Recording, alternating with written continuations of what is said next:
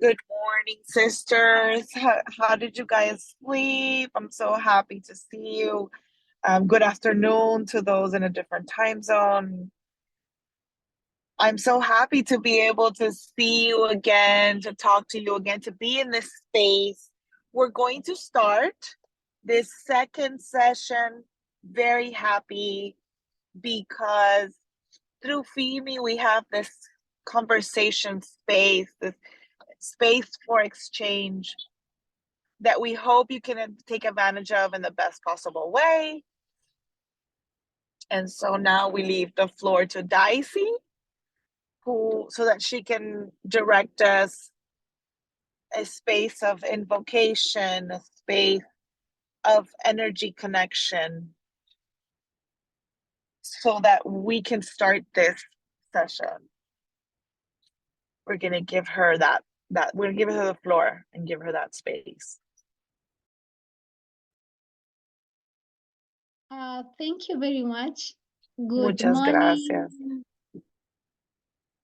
Okay, good morning, good afternoon, and good evening to those in different time zones.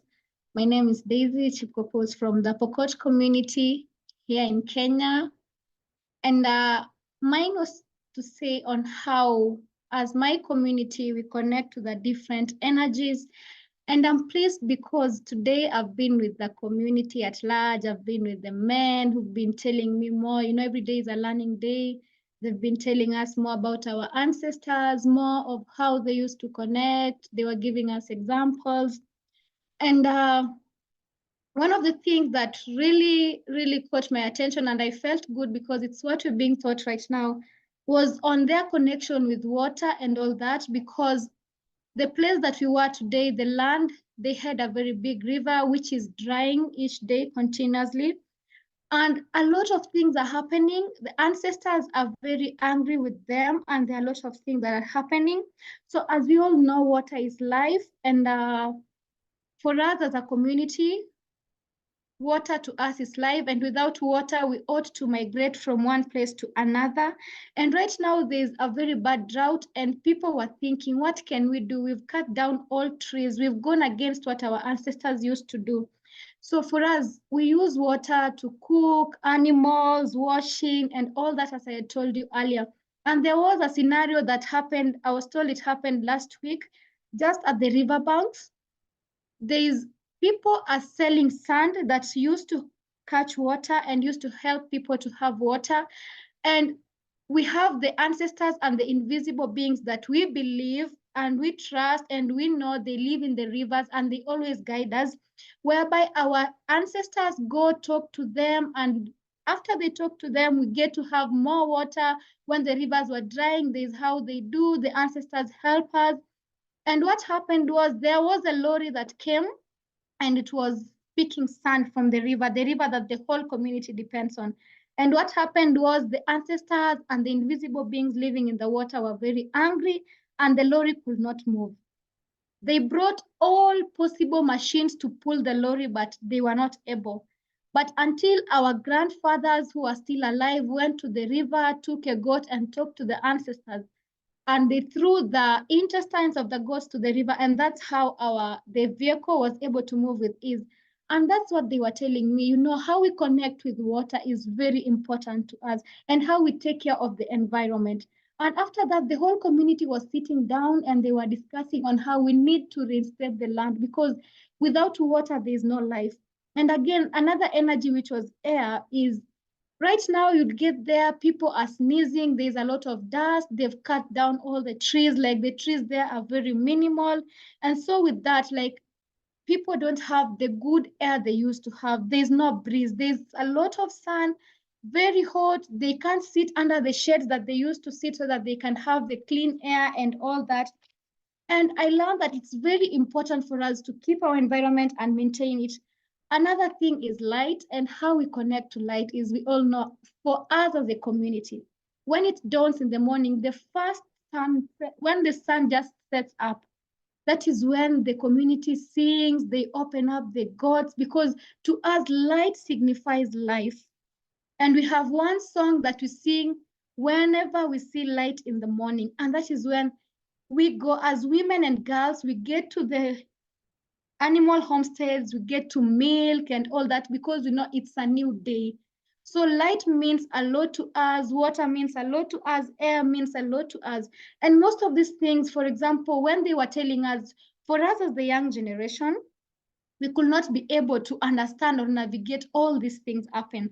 But now they sat us down through the traditional knowledge that our grandparents, grandmothers, our mothers and fathers have. Today and yesterday, they've been putting us down. We've been learning on how things used to be in our community, more so on the environment issues that we connect with, the energies that keep us going. They told us on how we used to do, and now we've come with ways. We've known there was a certain tree that was here, we still don't see, and there are ways we can bring them back by going into the forest or into the land of the people that were keeping it or they still have it and bring to our community. So what I urge you, my sisters, is it's good. We have to know how to relate well with these energies for our well-being. Thank you.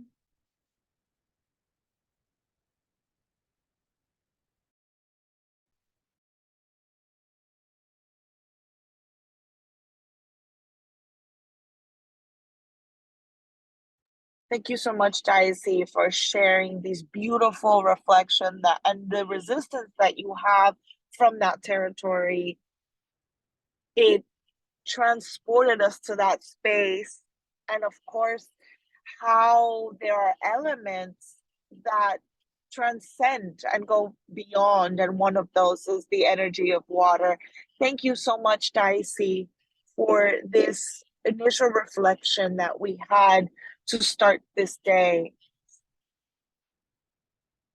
I'm sure that in each of our spaces where we are, there we've also remembered stories, remembered the name of rivers, or remembering also that resistance that the peoples have had to avoid the mega projects, cattle grazing, and things of the sort.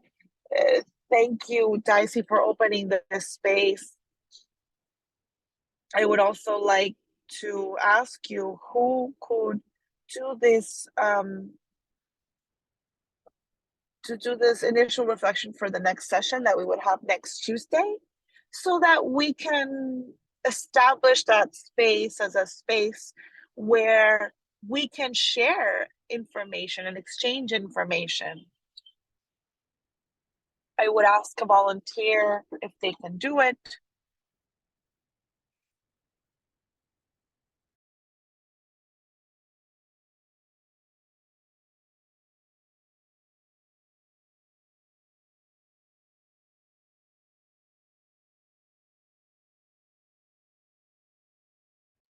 Who wants to do this next week? Who volunteers for this next week?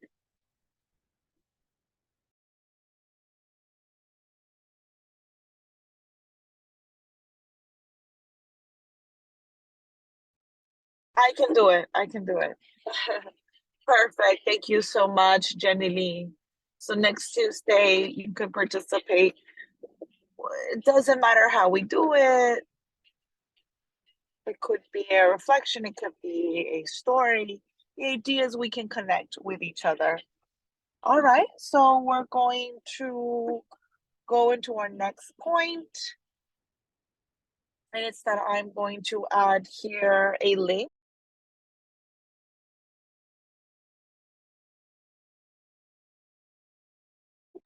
in the chat so that we all have access to a space that we're going to have a little bit to remember what we were talking about in the previous session. We're going to do a reminder of what the session was like. We can leave there words, phrases of what we felt was most interesting or impactful, or something that wasn't clear that we need to remember today. So we are going to share that. You have worked Jamboard? Have you worked in Jamboard? Has anybody used it?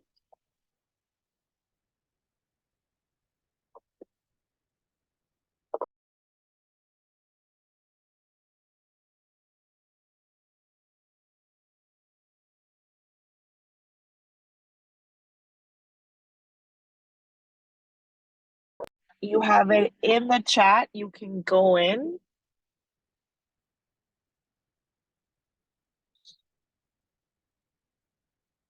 when you have it.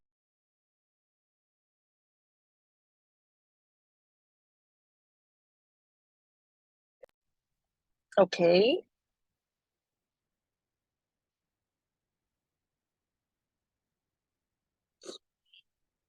And that's the idea of this space. We have a sheet, and here we have the instructions.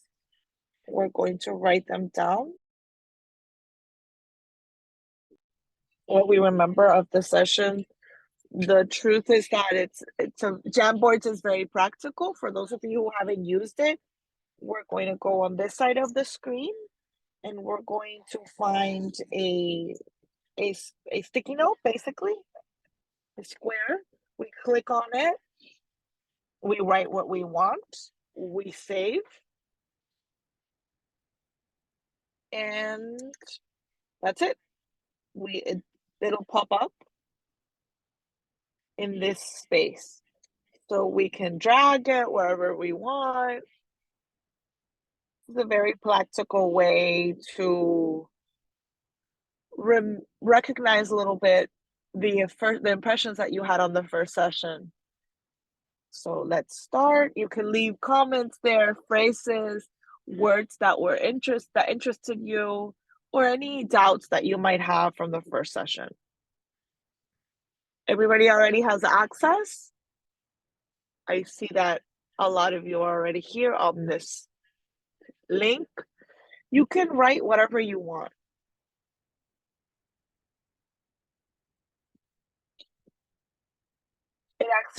It requests an access. Yeah, it requests an access for me. How weird. Mm, did you have another access, Duna?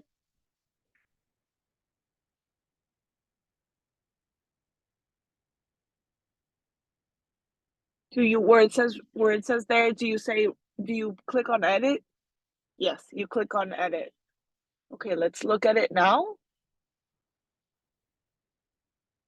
Does everyone have access?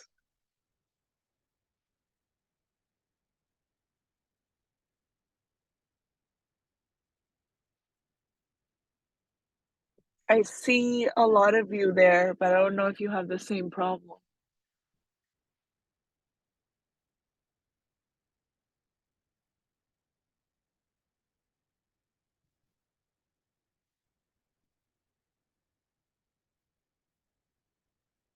I see that a lot of interacting. Can you share the link again, please?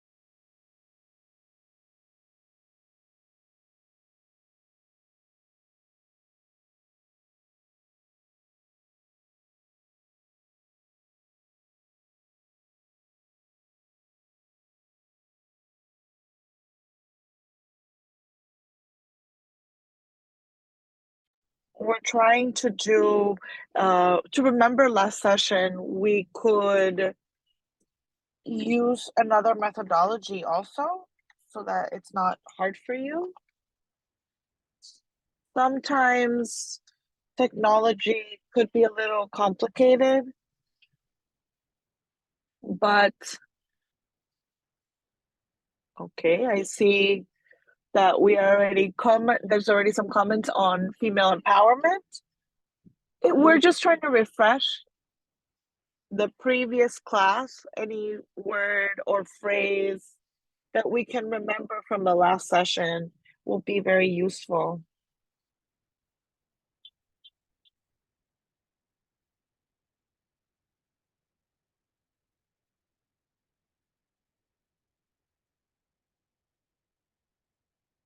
For those of you who haven't used Jamboard, we can go to this square that says sticky note.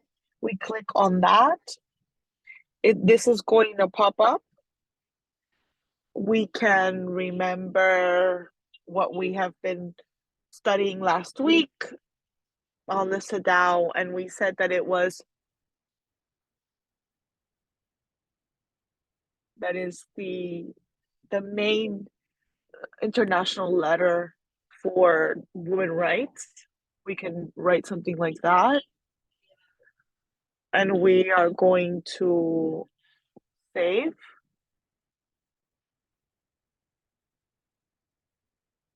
And when we save, we're automatically going to see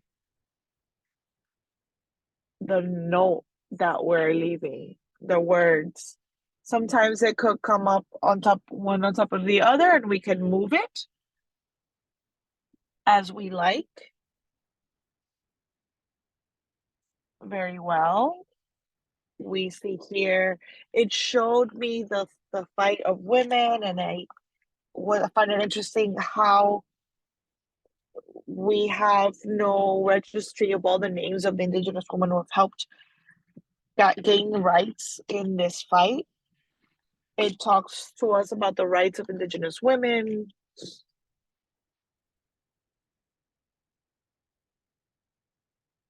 Okay, interesting. Very good.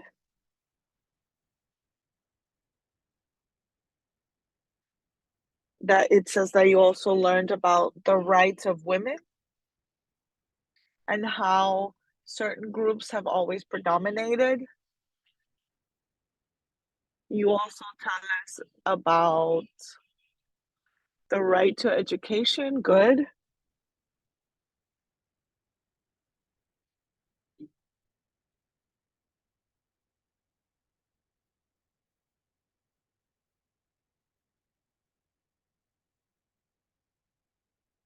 Good, good.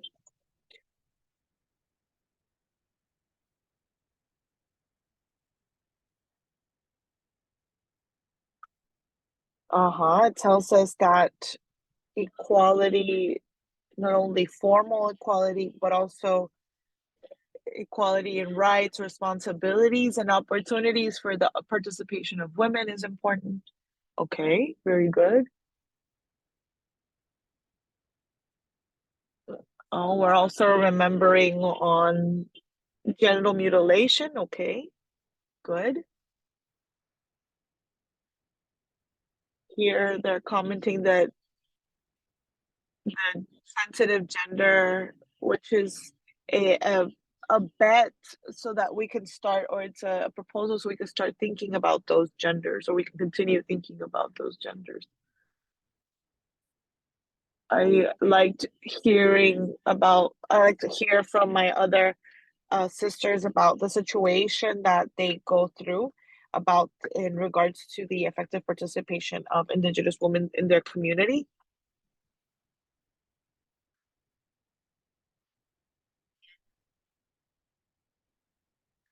I like that this theory, gender sensitive,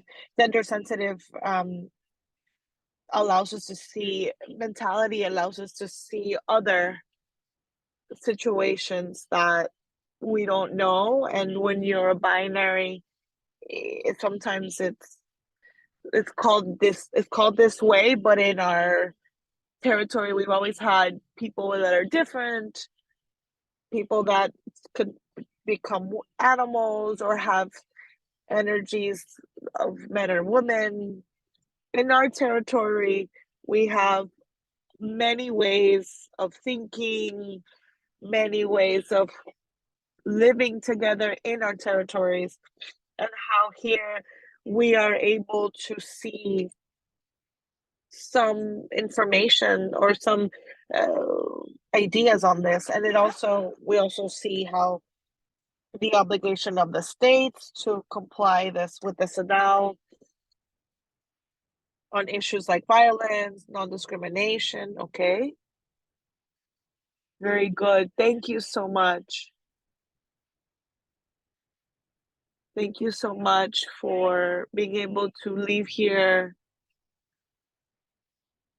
your ideas, what you think on last session. We're going to continue making an emphasis on certain topics that we are going to talk about today. And that also allows us, or gives us allows us to think more of what we're building in this space. So, okay, very good. And I thank you very much for writing in this space and for what you wrote in this space.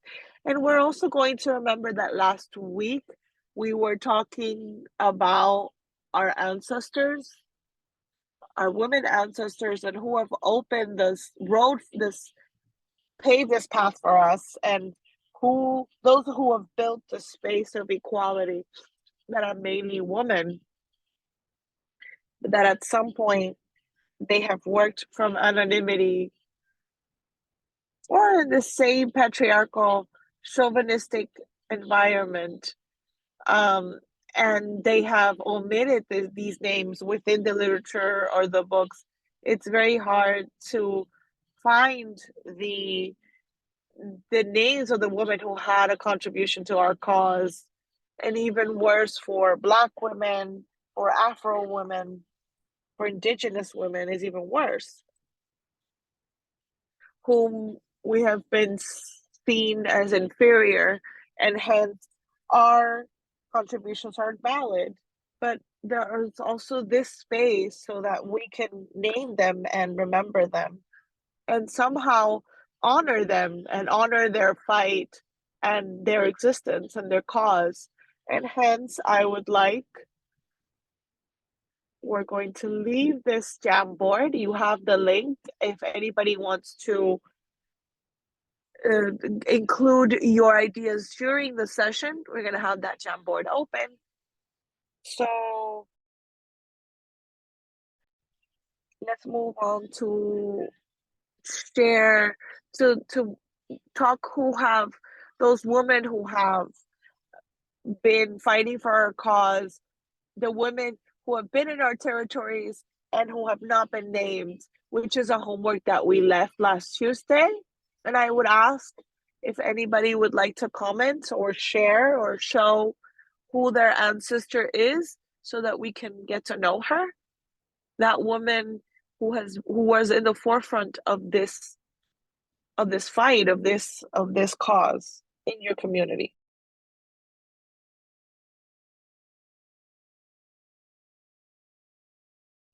Okay, who's your ancestor?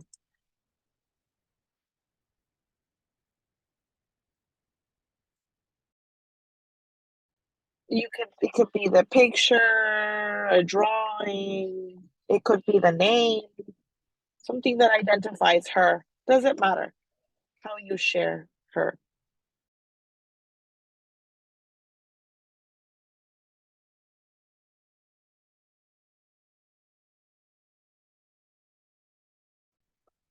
Okay, we're going to repeat the instructions for this activity. Last week we were talking about that it was important to name the women that have been in the forefront of our cause, and that we were going to build the mural of our ancestors. And for that, we needed to name them, know them, from which territory they were coming from, what was their cause, their fight. a little bit so that we can name them and honor their fight and their cause in our territory. As we were seeing in the class, in a lot of situations, they have built spaces, but women who have had their contributions to doing that have not been named. And I'm sure in our territories, there have been a lot of fights, a lot of advances that have been built or proposed by women. So the idea of this space is that we can show their picture or just a picture of them or a drawing or just the name of the women that have marked this fight. Okay, we have a hand raised. Samai, please. I would like to present to you my ancestors. I was inspired and I love the exercise because it wasn't just like writing, and I wanted to do a post. And I would like to share that and tell you a little bit about my ancestors. And I think it's very important and inspiring to go back to our grandmothers and our grandmothers from a more extended perspective, which is the grandmothers of the community from where I come from. And I want to share a little bit about them. This is like an infographic. Here are my ancestors, Quechua women. This picture is right in October 2019. It came out in one of the indigenous uprisings, the strongest indigenous uprisings that we lived here in Ecuador. And here we can see how this presence and the strength of this woman in the middle of the gases, but she was looking for the government to eliminate Decree 883, where they raised gas and transportation tickets prices, and hence the price of the livelihood of the entire Ecuador. And a lot of women, indigenous women, would leave their territories and travel to the capital in Quito to demand for our rights. And I think all the rights that we have acquired has been thanks to these organizations, at least here in Ecuador, we have fought for our rights because none of us have received rights just because. And I think that that's our story as women. We share that. And I want to start with Dolores Cuacuango. This is a very inspiring picture of her. I love her face and she's very inspiring, and I want to tell you a little bit about her. She was born on October 26th of 1881. She's a Quichua Cayambe woman. She is from the center north of the country. And the Quichua Cayambe women are considered very strong women. They're very decided, very, very hardworking, and they fight for rights. There are different peoples from Quechua.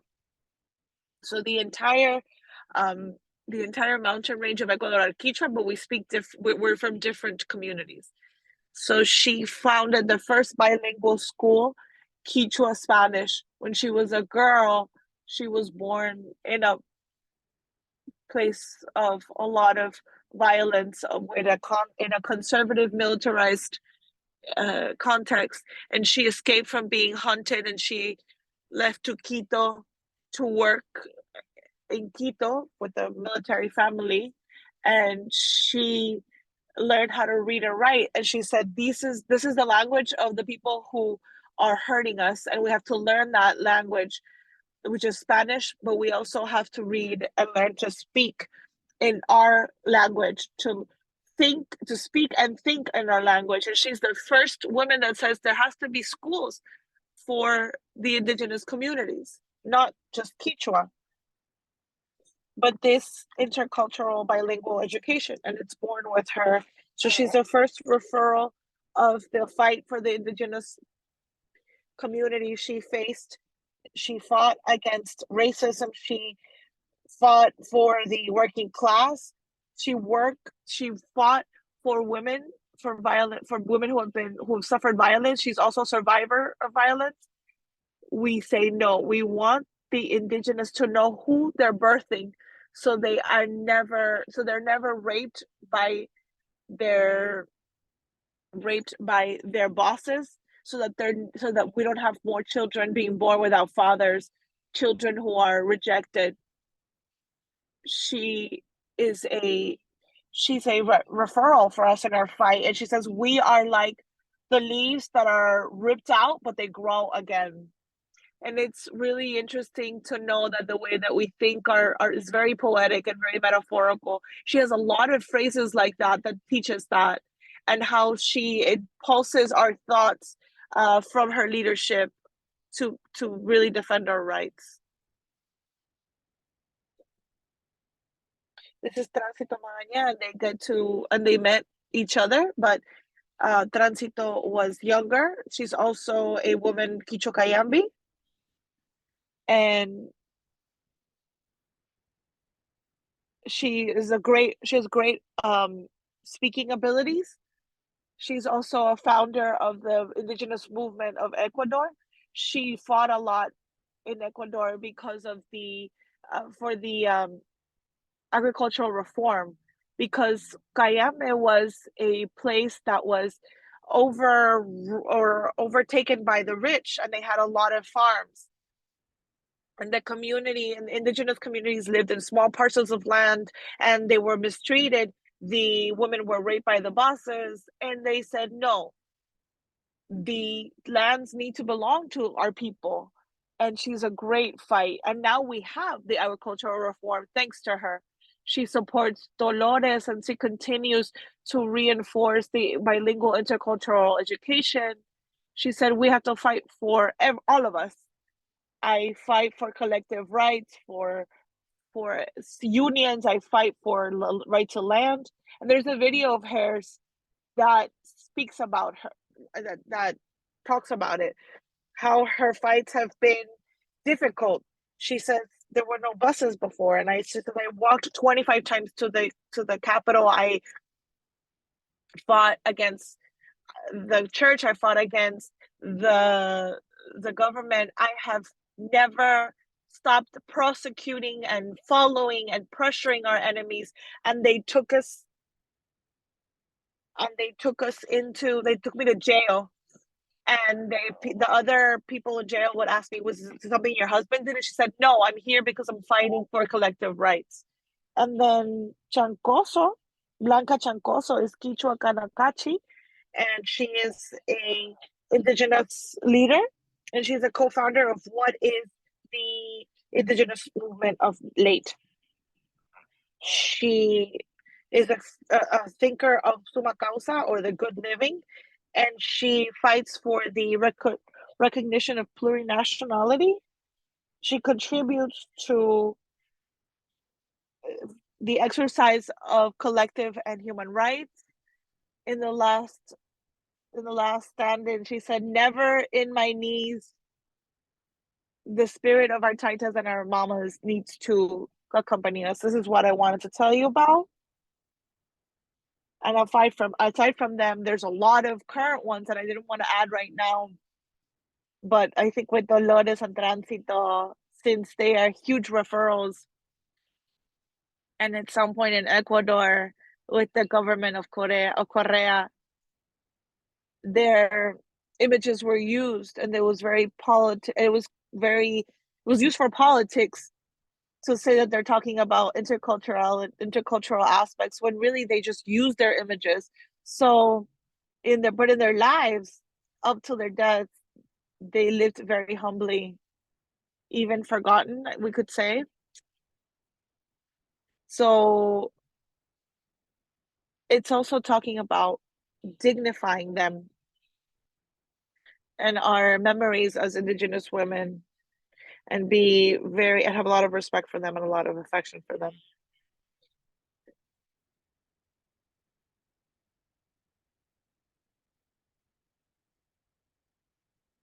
Thank you so much for sharing that are referent to Ecuador. I'm so happy that we bring them to the space, that we honor them because of that fight, and it hasn't been easy. And I leave the floor that wants to share with us.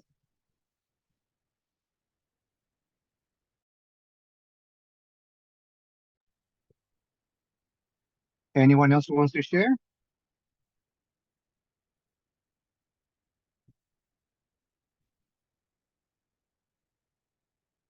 Jesse? Yes, I could share.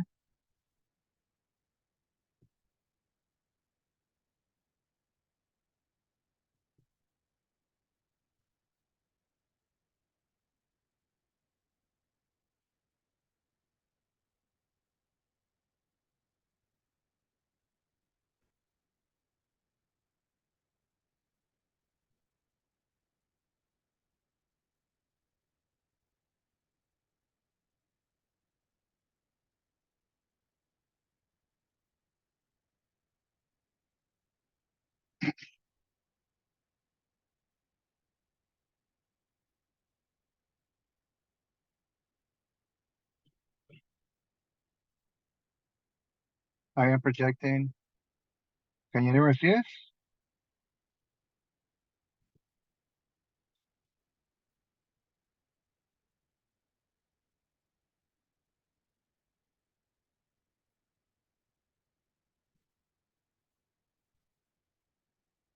There's a Nahua community in Mexico. She's a well-renowned person.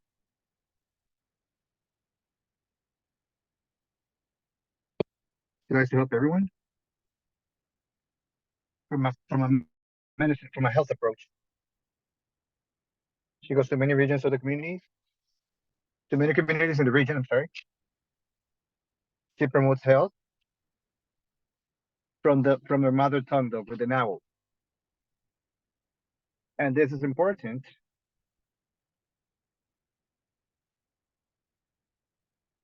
because the indigenous rural communities have very lack the services. There are no services in many places.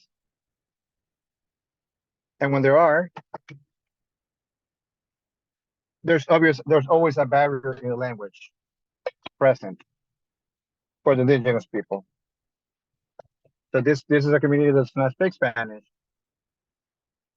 and so it's difficult for them to communicate with the medic, with the doctors. And she has supported to make it possible for the services, this medical services, to reach the communities and to reach these people. She has been recognized for her work.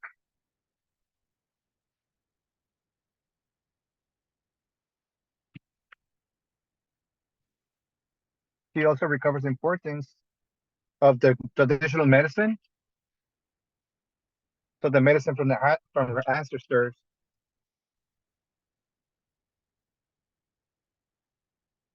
because sometimes traditional medicine does not work completely, or because they lack all the services, then this ancestral medicine always helps out to continue supporting these people in terms of medicine, in terms of life, and the approach that she takes to it, to the service she provides. So this is another part of the contribution that she makes. Thank you.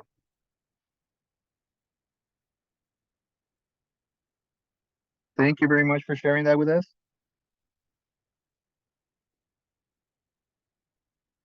For in this territory,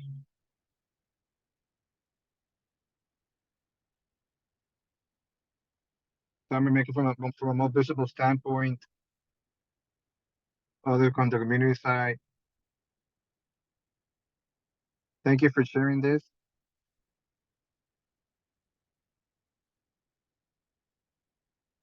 because for time we won't have time for everyone to come in.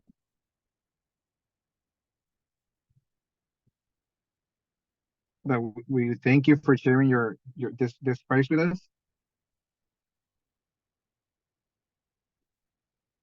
Like, do you have everything printed out? Does everyone have it has their homework printed out, or do you just only have it digital? The homework, do you have it in your computers, or probably you'll have it digital? So we're doing it. We're going to ask you to upload that information to the platform. And there in the chat, we can also share this information. You can set the images, the people's name, their story, so that we can build a mural, something that we can all present to society. These are the women who have helped us do with our path to where we are right now.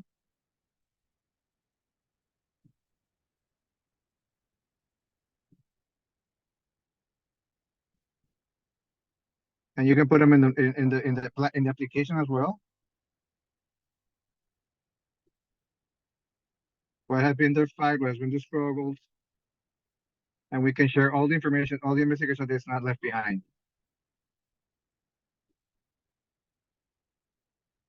Our topic is very linked to this that we were doing right now.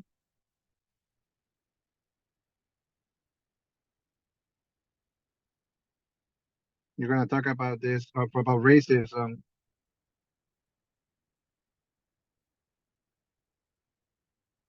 We made many struggles in our life, in the life of women.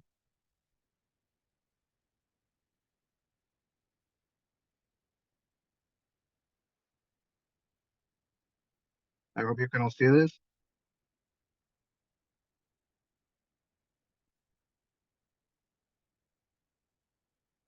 Does everybody see the screen? What I'm sharing right now? We're talking about racism and discrimination.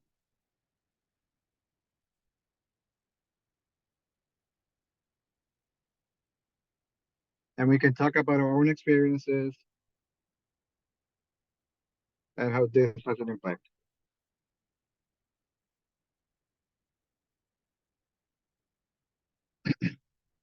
Let me see what's going on here.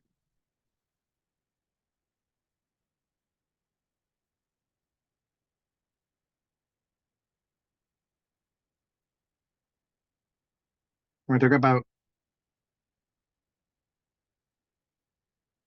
talk about social convivence, livelihood, comparing, and makes us differentiate the different sectors and the access to rights that we have. So the access to information, access to equality. We're going to be finding certain terms that are very common or are intertwined, and that we can put together. For example, discrimination or racism as a whole. But right now, we're going to focus on classifying discrimination. And when we talk about it, we're trying to make a difference between the certain people, certain groups, to what we want to reach in terms of equality. There are certain attitudes or certain ways for discrimination to occur.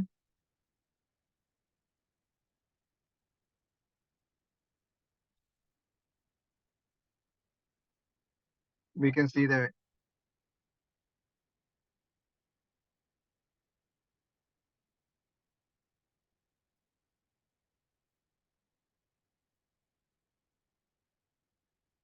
so we can appreciate when somebody is being discriminated with somebody else.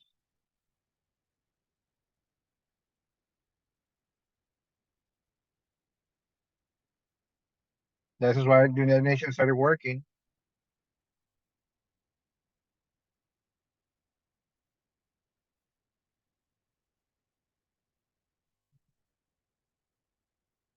And this is why it makes a big impact on it.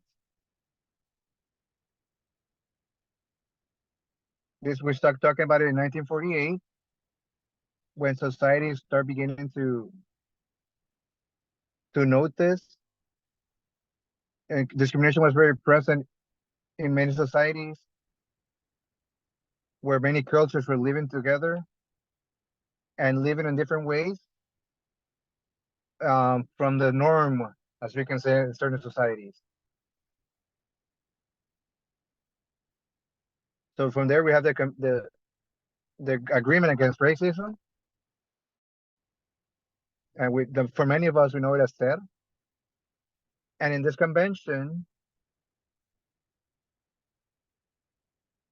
there's a difference. We make the impact of being one day, then we can make the talk about the fight against discrimination in the different territories. So this is why March 1st is the day that we celebrate this and we honor the fight on this topic. As I was mentioning,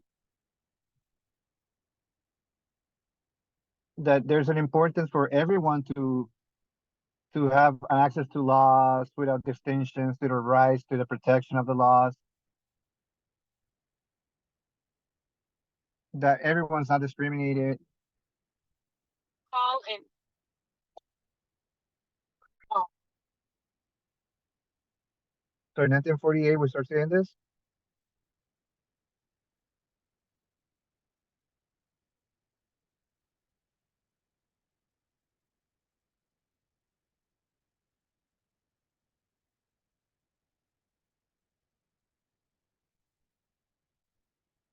So that people can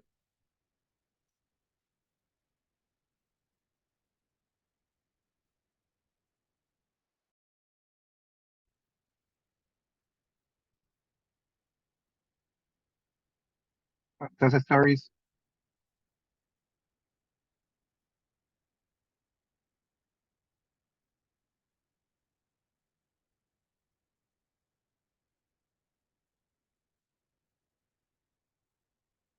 In many places we have, we're dragging the situation with negative places.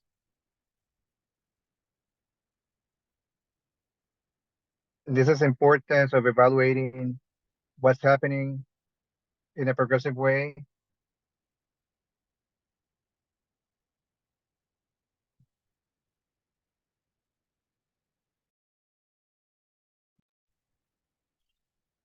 we also have some causes for discrimination. What it causes at a social level, and it's that in a lot of situations we know that there is a profound lack of consciousness with other communities, and this refers a lot to us not having the right education, or that we don't have all that story, or that we can't talk about that story that refers us to ourselves and other societies, and that leads us to reach other societies. We also know that discrimination has grave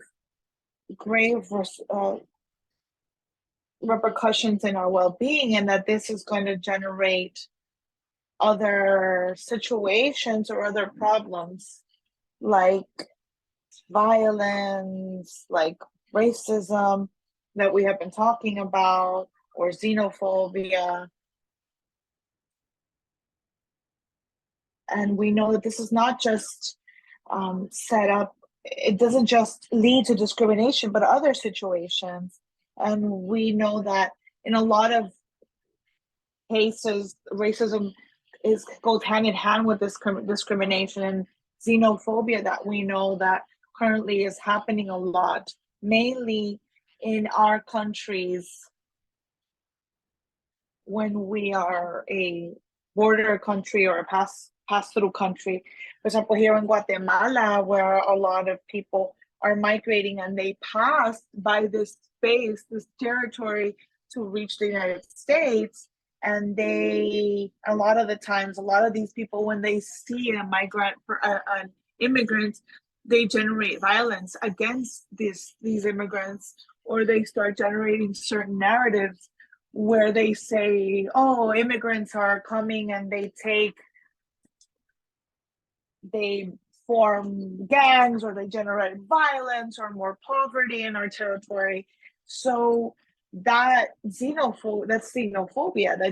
That's violence against immigrant population or foreign population that is in our territory. And that it's important to visualize as well that it is a way of discrimination, and that's also going to kind of cross into each other. When we have a discrimination, we also have segregation and social exclusion. And when we talk about that social exclusion, we realize it's something negative for us, for all of us, because when we have this exclusion, that means that we are limiting rights. We are limiting that access to all that we should have, and that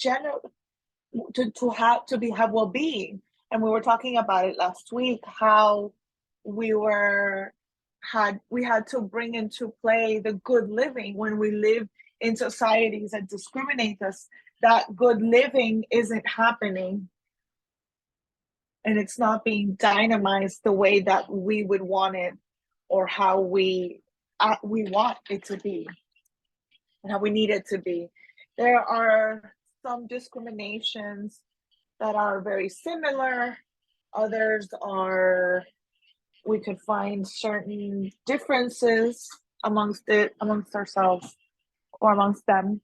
And we have this discrimination, this racial discrimination, where we talk that a lot of the times this is based on prejudice to other ethnical groups and other peoples and other forms of thinking, ways of thinking, mainly to what refers to a specific ethnicity or people. And that is a way of discrimination, and that we can name it as a racial discrimination. We also have gender discrimination or sexual discrimination. And we currently are seeing that a lot of groups are organized, mainly young people groups are starting to get organized, specifically because they have suffered or have been victims of some sort of discrimination because of their sexual orientation. We see trans women, lesbian women, we see people who are non-binary. We see that there's a lot of ways that people have to identify their sexual orientation. And probably, for example, here in Guatemala, that hasn't really been discussed. We know that there are some organizations that promote spaces to discuss or socialize these issues, for example, reproductive rights. However, in our territories or indigenous territories or in our indigenous peoples, we still have not analyzed these issues. And discrimination affects people more. And this also refers to the fact that during colonization, a lot of this was fragmented or was brought into depth to some violence, because as we have seen in some books, there's a reference to the fact that we had 5 spirits, or 5 spirits existed, meaning that we have 5 ways to be human in our territory. One of those was that men existed, their energy was masculine. We also had women where their energy was completely feminine. But we also had a different part where another group of people where their energy was masculine, but they combined with the feminine energy.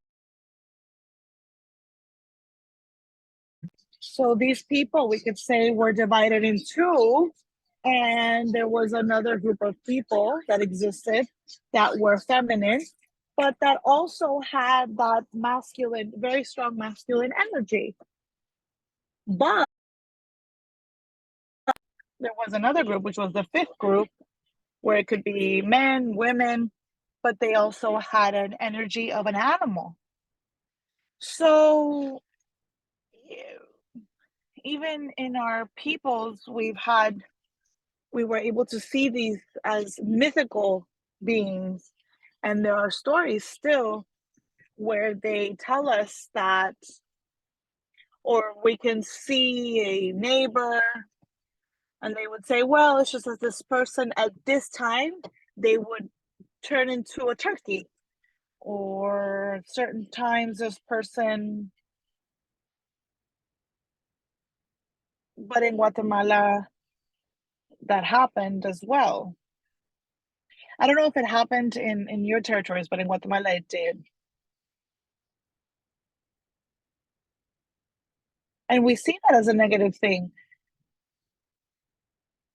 It's something even abnormal. But previously in our territories, it was a way of living. This existed, and but we knew that with invasion, that was kind of left behind, and it was seen as something negative. And it's a little bit of what we're trying to rescue here. A lot of organizations that promote this this respect for sexual orientations that we have.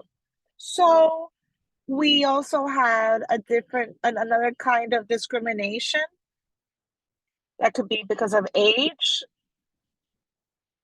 and was being lived specifically by kids.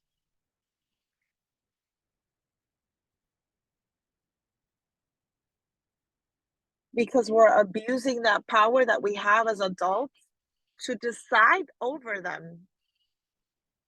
Also, we currently have another very strong subject where we talk a lot about being adult centric. I don't know if in those territories they start talking about this, of how we listen to youth talking about how this is violence, this adult centric mentality where they don't allow youth to be a part of the leadership.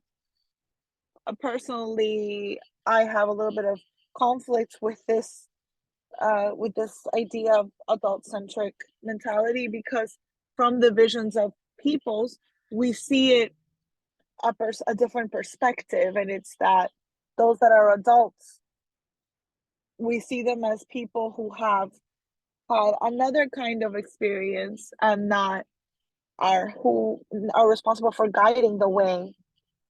So I also kind of leave that on the table, that probably at some point we could discuss, analyze this, or debate this, how we are also living these new terms in our societies, and if this affects us or not.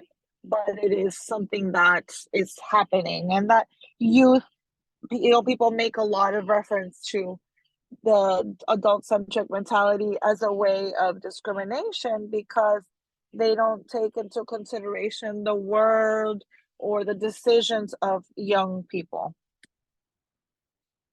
We also have discrimination because of nationality or origin that we were commenting on. And there's sometimes a lot of prejudice for immigrant people or for the foreigners that we also have. And personally, I have some ways to analyze this, and it's that, for example, in Guatemala, there's are some territories that are being seen as touristic territories or territories for tourism.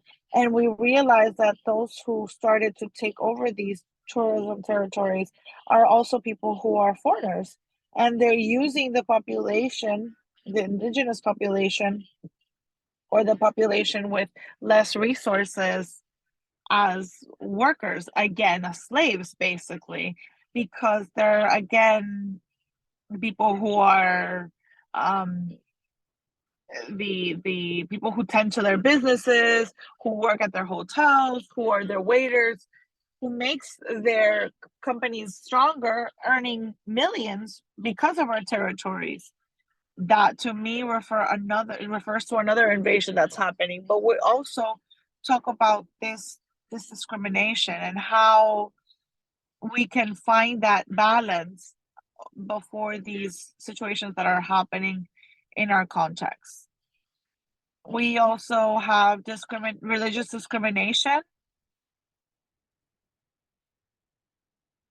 We know that there's endless religious currents in the world, and that some have very hurtful practices, mainly towards women, towards girls, and that it's also important to find certain balance to talk or not about if there is a discrimination over before these situations. But it's also important to rescue the free will that all women need to have and that needs to be respected. So we also have this other kind of discrimination. We also have discrimination, political discrimination, that we live this constantly, I feel.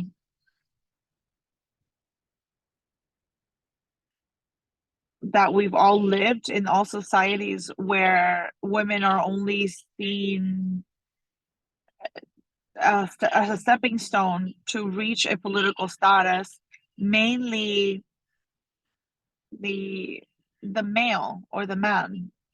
We have seen that mainly that women have not had the opportunity to rule, where we've had public policies, laws, national laws, international laws, where they try to talk about that parity. And when we talk about that, is how men and women should have the same power quota to be able to generate public policies and be able to have a space for decision making. But that doesn't happen. And we see that also refers to a political discrimination. We also have discrimination due to a social position, which this also refers to inequality. We have seen that in most countries where we have indigenous communities, societies are very fragmented, mainly because we are under conditions of poverty or extreme poverty, and hence that automatically leaves us on a second place or a second position of importance, and we're more vulnerable before this discrimination or against this discrimination. I would also like to talk about racism, and which could be linked to these concepts. However, racism is something that goes very linked to our identity, our way of thinking and feeling, and how we conceive the world. Because we're different in our skin, in our story, there's certain discrimination that happens, and this is named as racism. this situation of racism in a lot of cases is not named. We can call it discrimination. However, when we talk about racism, we're also placing our political thoughts, and we're making an emphasis that we are the people, the people that are originaries of populations that are victims to racism, like the Black population that are victims of this situation, mainly because of the skin color. And from there, we are we're not the same from. We are not the same in society. There is also different types of racism that we gotta pay attention to.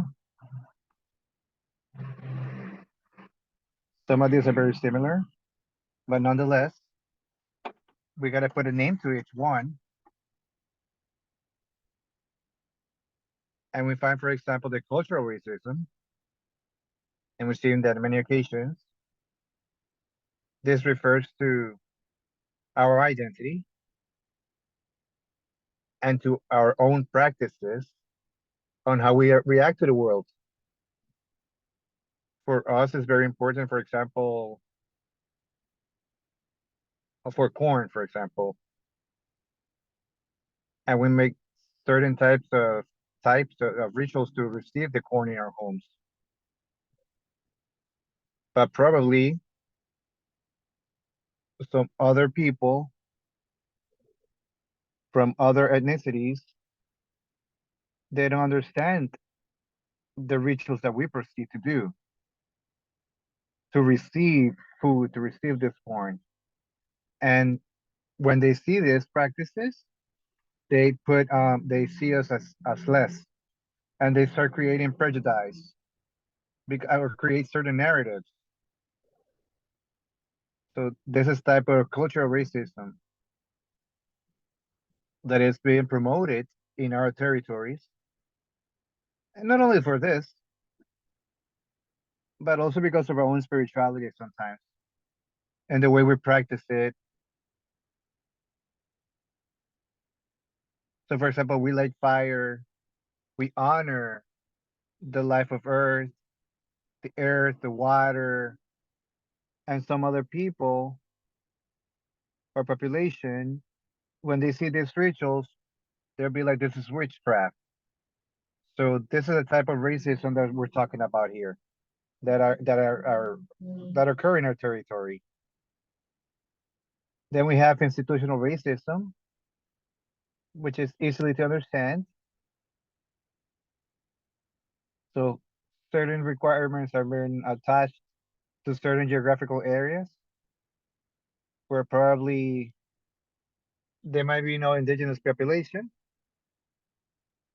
or legislatures that talk about public policies that do not take into account certain territories or certain type of population. And this is how we see that there are laws that promote certain things against the black people, for example, or where there are no schools or access or to health in certain territories. And this is the type of institutional racism that we talk about. And this is done by governments who do not take into account the entire population.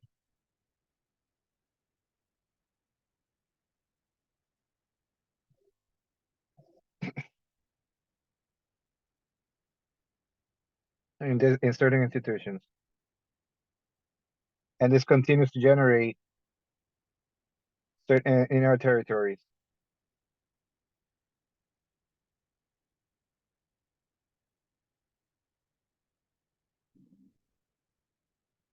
Aversive racism is when we talk about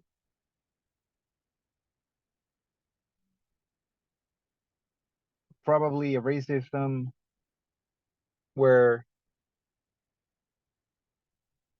it's hard to give opportunities to all to indigenous population, to access to universities. So, for example, we're talking about scholarship, for example, where one of the parameters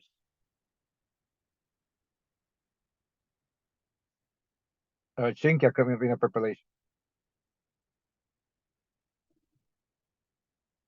And if this is a type of positive discrimination, because we belong to a group that's been discriminated in those terms, for example, for college scholarships, and it's a disadvantage for us.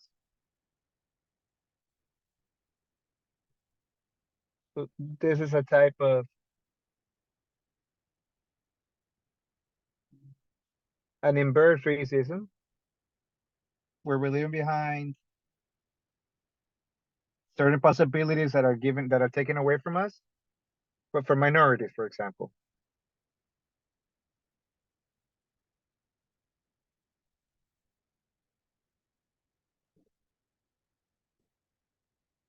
And aversive is racism is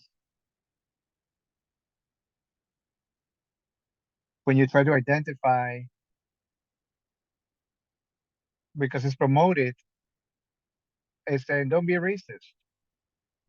But at the same time, we find out that the practices that they do or the way they think, there is a racism in there in the thought process. Although these people are indicating that they're fighting against racism. So it's hard to identify part of this racism has to do with that has come back through generations or something that continues to happen. Even when that we feel uncomfortable being an indigenous woman in, in a decision making space, she probably won't say anything about it, but their attitudes toward that situation might say something else.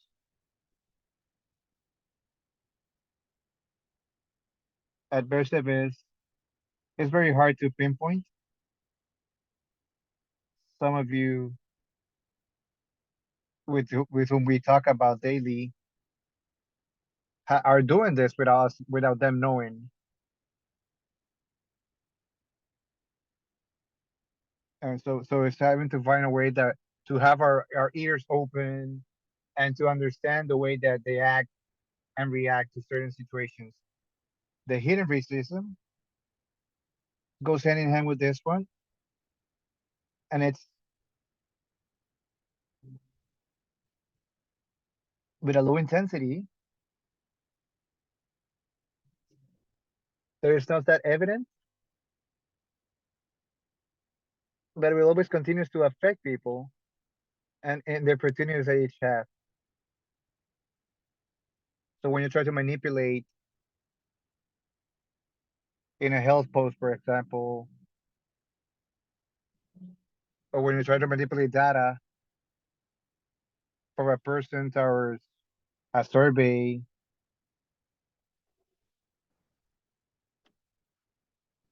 or you have the questions where you try to identify the people with some type of as some type of ethnicity,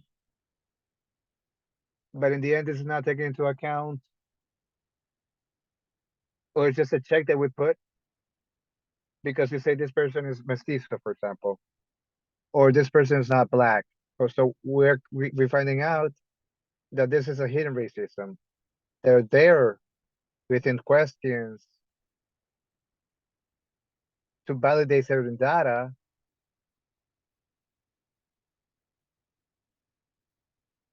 trying to find out that they're being inclusive, but at the same time, they're also being racist in the terms that they manage their processes, and this is done for certain groups.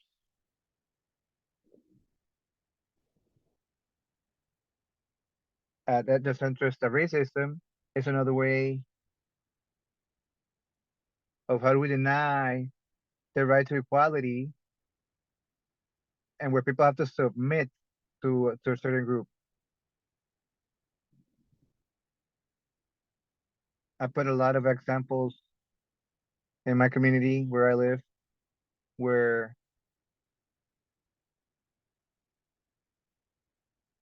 we only have 45% of indigenous population, and the other 55% is mestizo or Latinos.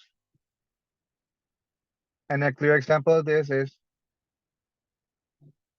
well, if you're already a minority, then you're going to be classified as something else because it's easier to continue to talk about public policies and to not recognize this population as part of society, as part of the territories.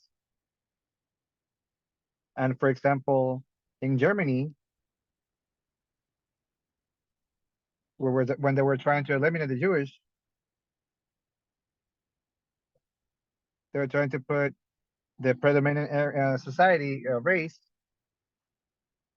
So you found an egocentristic racism there, where you wanted to absorb the minority. We had a symbolic racism that has to deal with similar lines along the lines of what we've been discussing. And this makes reference to the different ways to use, for example, some symbols, specific symbols of certain towns, and that only work for to make certain situations or certain processes. So symbolic racism can be or makes reference to we're not all the same, but we also have different ways of thinking, and the way we act, and the way we dress, and the way we talk, and in some way we are being discriminated by these things. And then the biological racism, which is linked to the ethnies, where we see historically how we have hierarchies to provide medicine. There's our hierarchy into the way we experiment on certain medicines as well. A couple of years ago, or decades ago, there was an exercise to analyze certain medicines on sexually transmitted diseases. And this was done without the consent of the population. And this comes from the United States to how to start using indigenous populations in Guatemala to create this biological experiments. Even certain medicines was done to create an outbreak in certain populations to start experimenting and seeing results. So there's always going to be of the third world countries with lower conditions where other countries will take advantage of and try to get ahead. So we can see that this biological racism does occur often, and we found out through through the pandemic right now because of the economic situations, because they have different conditions. They're the ones that were more affected because of vaccines, or the ones affected more with their health, and they had to pay to be attended clinically.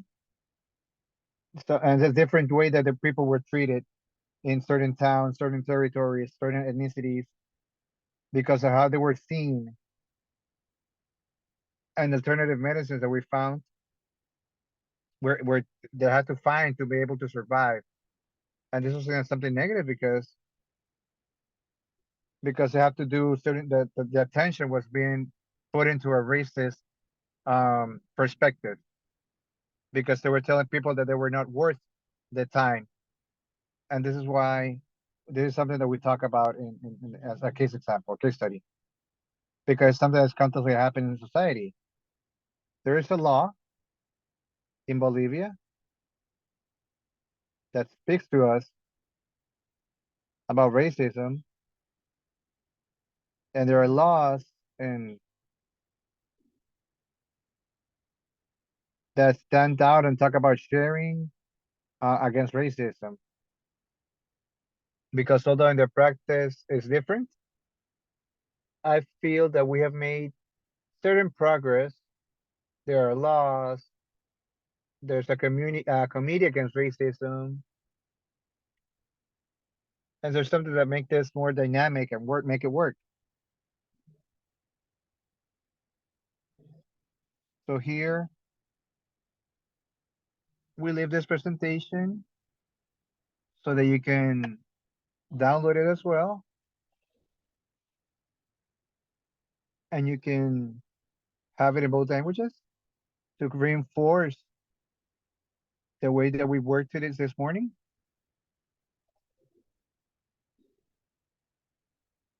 Is there any question or something, comments that people want to make?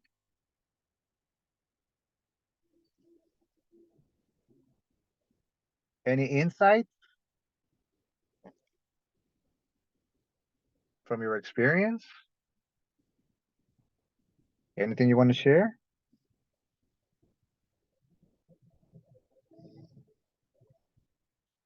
Nothing? All righty, let's continue then.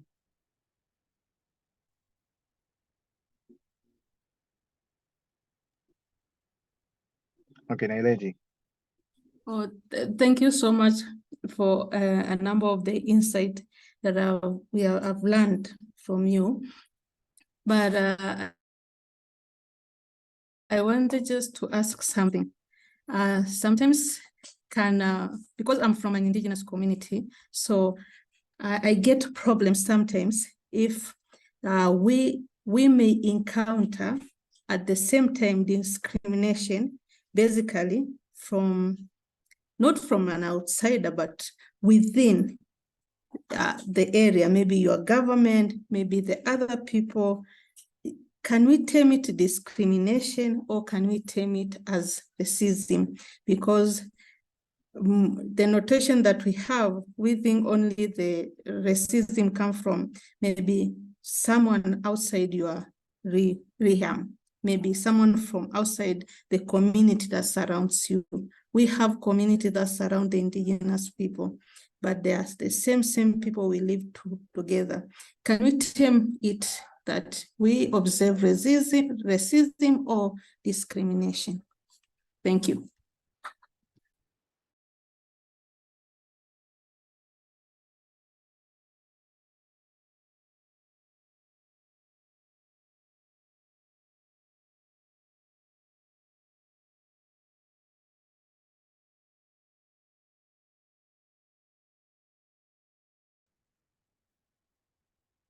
Thank you for your question. I think it's very important. Regularly,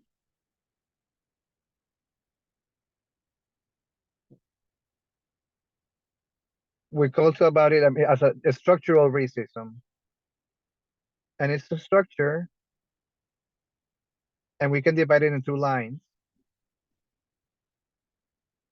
First, it comes from those entities, public entities that we've seen in the past in certain countries, right?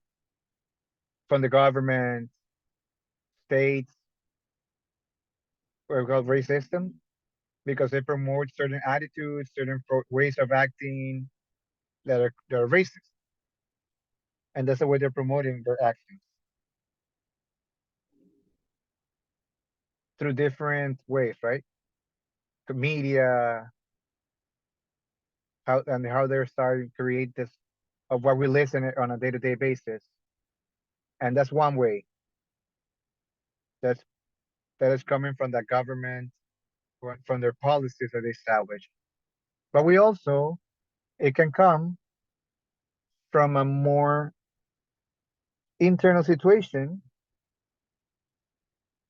and how our territories have been colonized,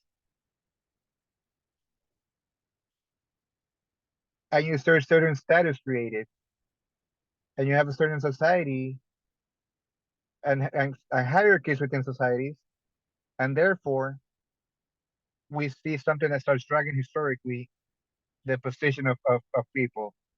And this comes to in discussion with our society in the territory where we live.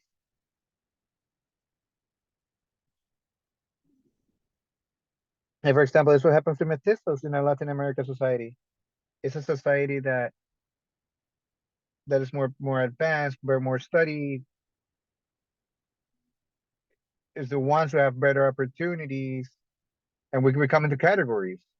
So we have different structures, different layers that we're having, and then one way or another, they start intertwining, and they create this racism that we see currently in our society nowadays.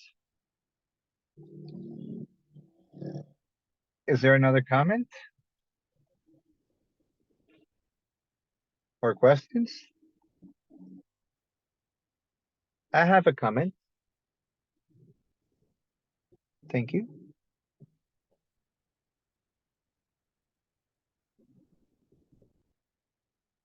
It makes me think when we talk about classification, like inverse racism, with the example that you sent to us. Now, certain programs nowadays, they have a certain filters, like for example, the participation of indigenous societies. From my point of view, I would submit it into consideration to talk about it as a racism, because I would think that this discrimination towards indigenous women now, with the different programs that we see, I would take it as justice, no? As an act of justice instead of racism, because we were denied in the past certain actions, certain participations, certain conditions, because of cultural situations. And in general forms, it's a very broad topic, obviously. And many times, like somebody was mentioning in the past,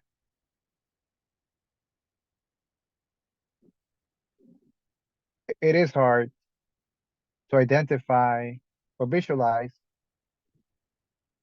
racism and discrimination as a society or a town. We are being discriminated, but we also discriminate. We've been racist as well because we have so many things interiorized, certain ideas, and it's a complex. Sometimes even for certain institutions, they have in educational systems too, has promoted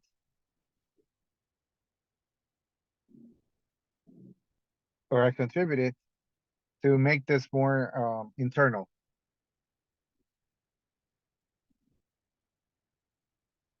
But I think it is important to highlight and be more aware that that we are very diverse. We're a world that's very diverse because of religion, because of ways of thinking, and this has been very enriching to have those dialogues and to have many more positive things. Thank you.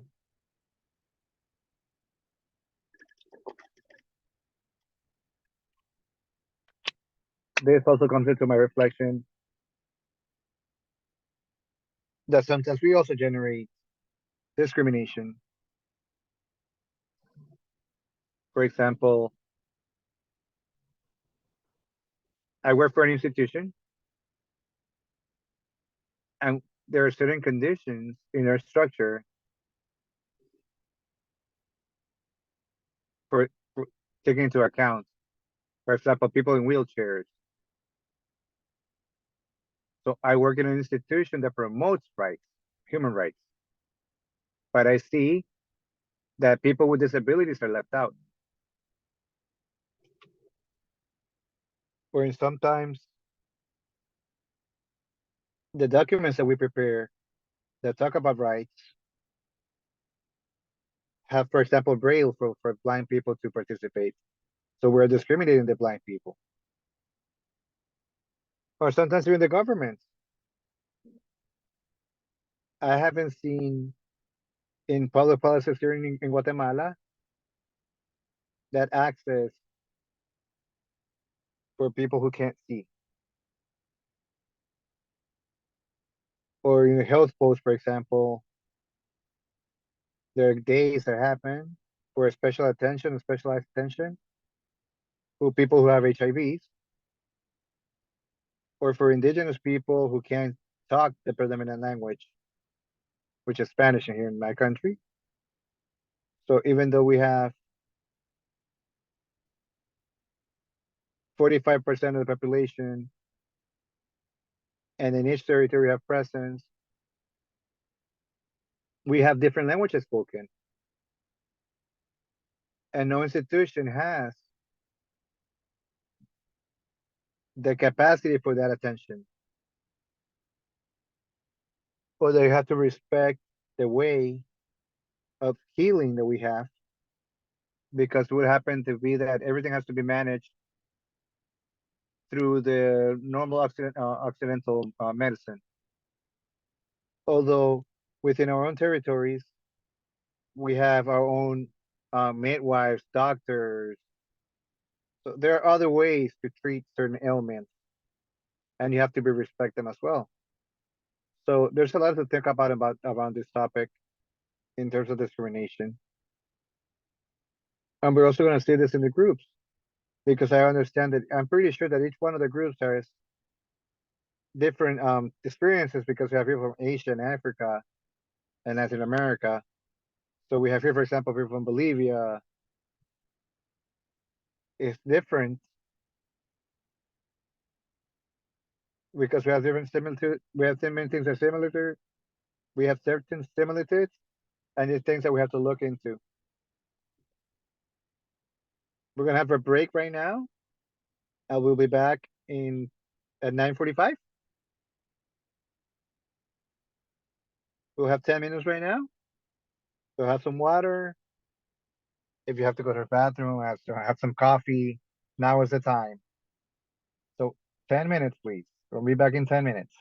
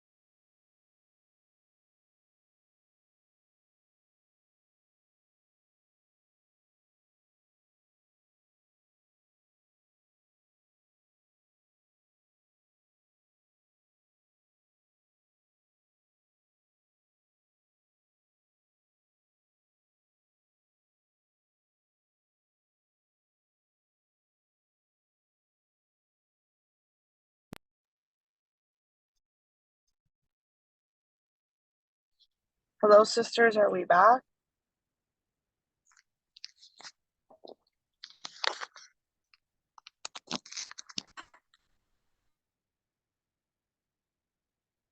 Okay, perfect. I see that we're all back.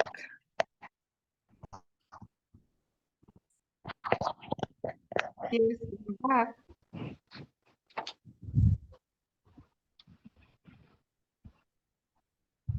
We're going to continue, and here we're going to see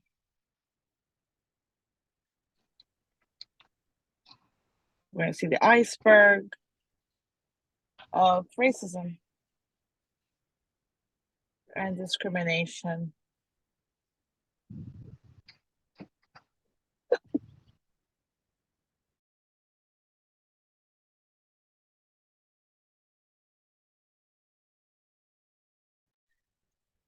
Just so we were talking about what generates it, what gives way to it. Sometimes we were talking before the break, sometimes it's hard to understand what is beyond racism, what promotes racism.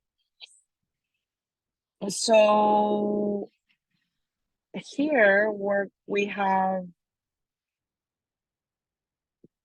an example that we currently there exist certain conditions or situations in our countries, and one of them, for example, that we see a lot is the hate crimes. And we see that this is kind of the last thing that we see, or the highest level of racism and discrimination.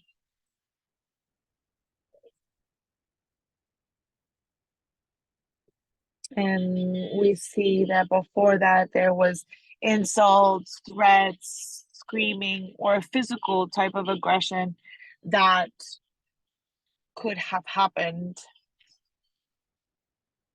We also see that this could refer to racism, institutional racism, mainly because of what we can see in our environment, and that racism promotes that hierarchy among societies, or that promotes narratives that are of hate, or narratives that could generate prejudice.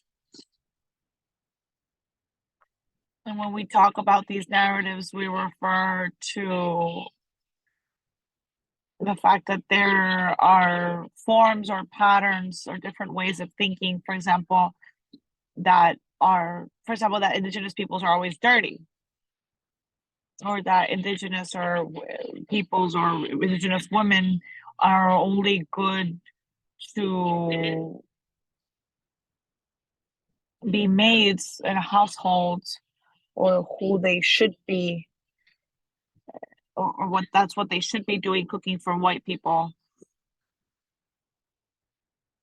These are narratives that are being created, and at some point, in some way, they are institutionalized, where it's very hard to identify it. And the access to education or greater education is limited, and that points to the fact that, or that generates that Indigenous women can only get a job of tending to a household, because they don't have those conditions or those rights or the access to education, and it's an institutionalized racism. We could also see how these killings could happen from that utilitarian or labor utilitarian issues or point of view, that we see inferior societies as labor, cheap labor, to enrich people who, or provide richness to people who have always had money.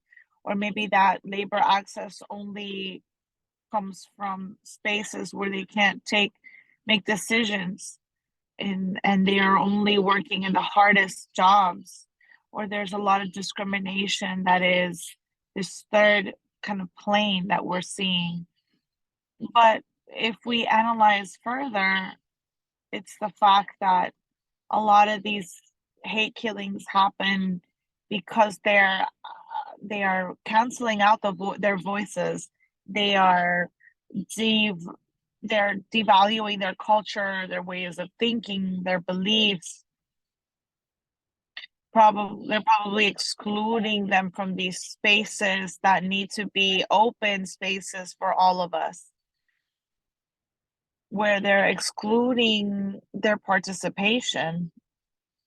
In a lot of a lot of the times, we also should see that there are patterns that promote a paternal or a patriarchy that promotes racism as well. So here in Guatemala, for example, there were some assistance society programs being created under a patriarchal concept, and where people who live in poverty, they're given a bag called a solidarity bag, it was called, and they give them basic grains, and they were being given to people who had less resources. But instead of giving them access to education so that they can better themselves, or instead of giving them tools so they can recreate their life or have a recreation, or give them land that they need, that they deserve, they would give them these bags. And that's also part of that institutionalized racism, that creates that discrimination. We could even look at the rumors or bullying that refer to those racist expression or that racist language that is used. That I feel that this issue of racist language happens a lot in our society, but that really generates all of this that we're seeing. Like, for example, the hate crimes that we're talking about. We're even seeing in some situations that there is a racist humor that is validated by society, and where we, even ourselves, we participate in this racist humor that is important to highlight, because it's something that we validate when we say, oh, it was just a joke, or it was just a racist expression that was funny. And it's important to name it and bring it to the forefront and analyze it, because all of that also promotes racism themselves. The exaggerated perception that a lot of the times we say, oh, that's so exaggerated, those people who are talking about racism, because it was not what we meant, or oh, they're so exaggerated because they feel that we're excluding them or discriminating them, but we're really just promoting other policies or other spaces. So we think that everything about racism and discrimination is a social exaggeration, but it's not. So this is like a small example of how things are happening, or from the lightest aspect, and then it's slowly becoming worse until we reach hate crimes. Now we're going to go to groups. We're going to separate into groups, and in this group work, we're going to answer 3 main questions, please. We're going to join this exercise. We're going to build an iceberg with the group. We're going to identify a case. We're going to build this iceberg of what could have created or provoked racism. I know that this could, remember that this could increase to the point, to getting to the final point. And alongside this iceberg, we're going to answer, I think, two questions. The first one is who benefits from racism and discrimination? We're going to do that reflection, and based on our context, so we can think about it and reflect on it. Who benefits from that racism that is being promoted in our society? And I think that's the only question we're going to answer from building that iceberg from a collective perspective. And when we come back, please, we're going to socialize that example. We're going to present that iceberg that we have built. And then we're going to answer the question, who benefits from that racism? So I'm going to ask so that we can divide the groups. And you guys can work on that iceberg. Do we have any questions before we break out into the groups? We're going to have 10 minutes to do this so that we can build this iceberg, talk about it in a group and build it. And as usual, we're going to have a person who's going to present the work that the group does and they can share it, okay? So Dunan, I don't know if we have the groups ready and set up.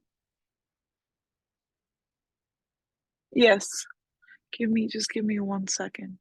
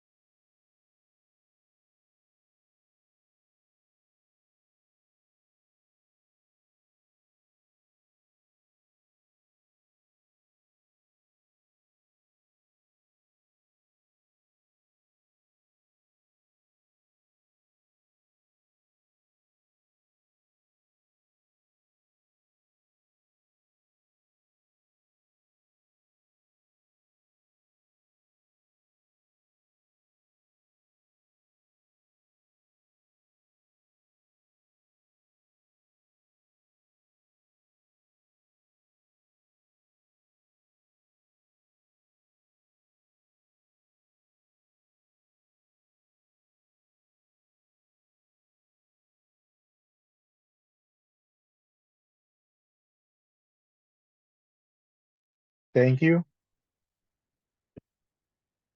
We'll leave the space now to the groups for the participation. So voluntarily for the region, you can talk about what you've been discussing in your breakout groups. And this is your space now. So which group wants to go first? Asia, Africa, Latin America. Okay, Latin America will begin. I'll show you the screen. If you can show us the pyramid again, please.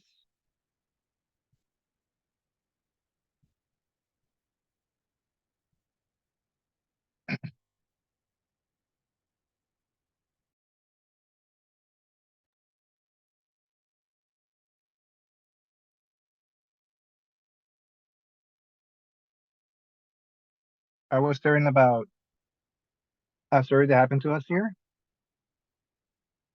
It's something that very historical here in Ecuador.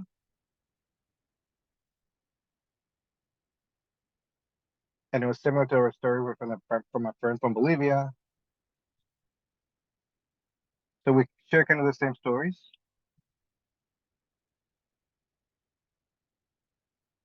And we talk about the 2019 stop of work. Uh, there have been many movements here nationally from the 90s on. So this strike in 2019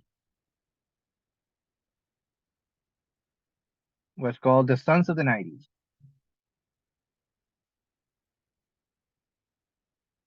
Children of the 90s.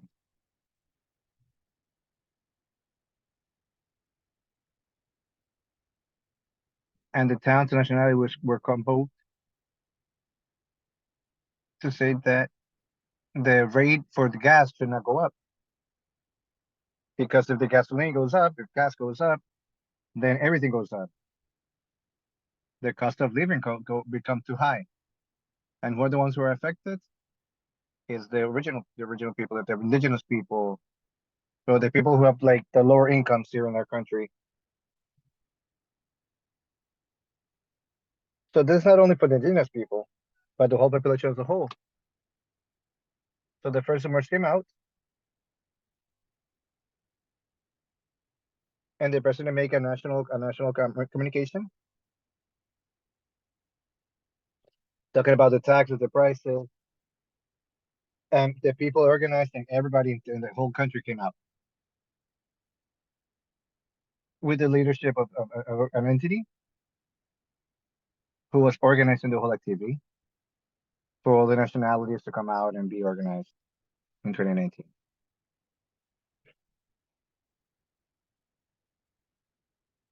When this happens, the first rumors were, it's the indigenous people have to be blamed. Like these rights that we're fighting for, we're talking about to have this decree 883 to come out. But it's not something that was just for indigenous people. We're talking about the whole population. Stop making strikes. Why are they making strikes? So there comes their racist humor. So they have certain language, racist language in the way they were talking to us. Go back to your town. Go back to your swamps. Go back to your towns. So why are you in the city? Go back to where you came from. You don't belong in these territories. Like you don't belong in the cities. So start looking about indigenous, wild people. And when we go to that second part, it talk about annulment, making invisible. We demand that as indigenous people, we were called wild ones. The Indian is good. It dances, it eats. But when it demands and it speaks and talks about the issues, when we don't like them. So this is where we have that part.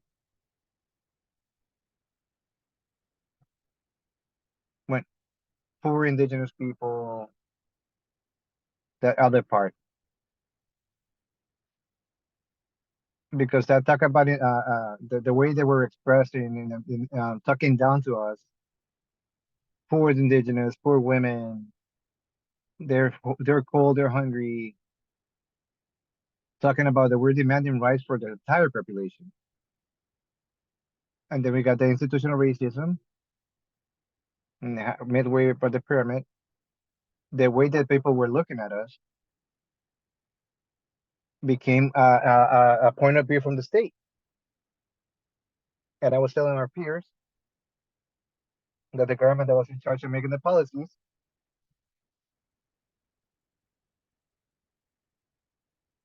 is starting to follow us. So in one way, we had the state trying to fight us against the wild ones,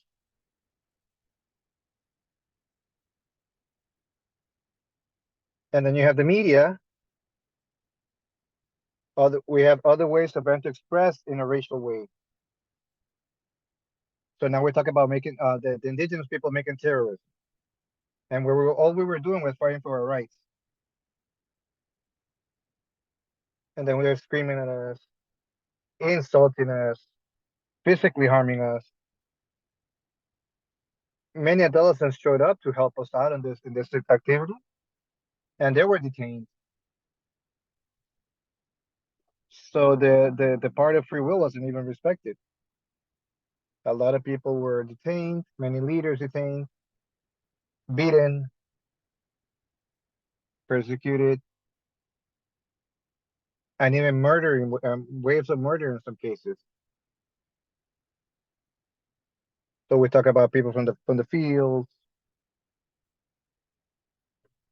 people who work in markets, women, children.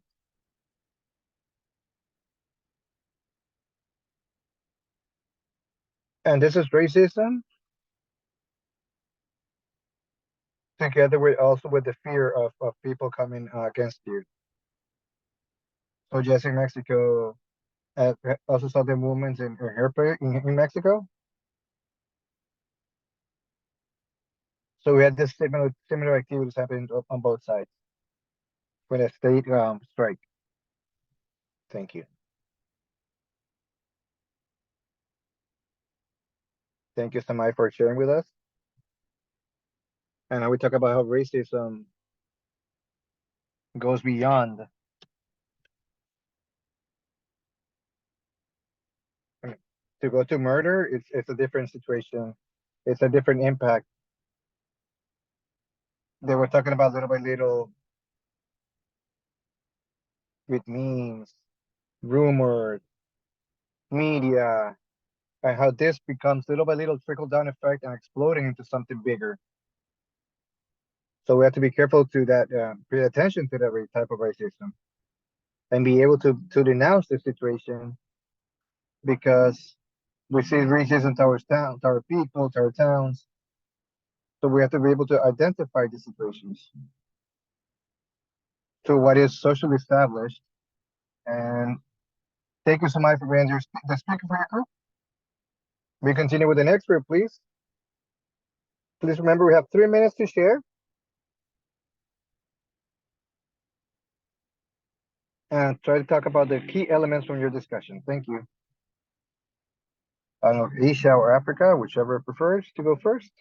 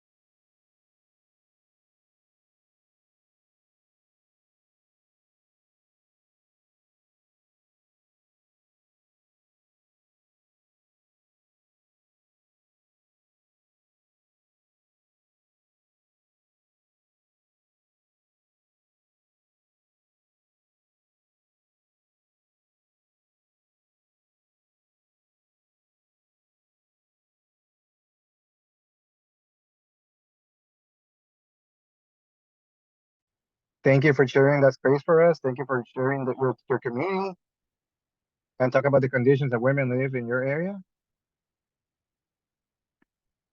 In that space where you are present, it calls my attention the part of the land that you were talking about. And it's unfortunate that women in many countries, and the people in power, are the ones who take ownership of the lands of our territories. In Guatemala, this is also true. We have a very fertile land here in Guatemala, and these people have taken over it.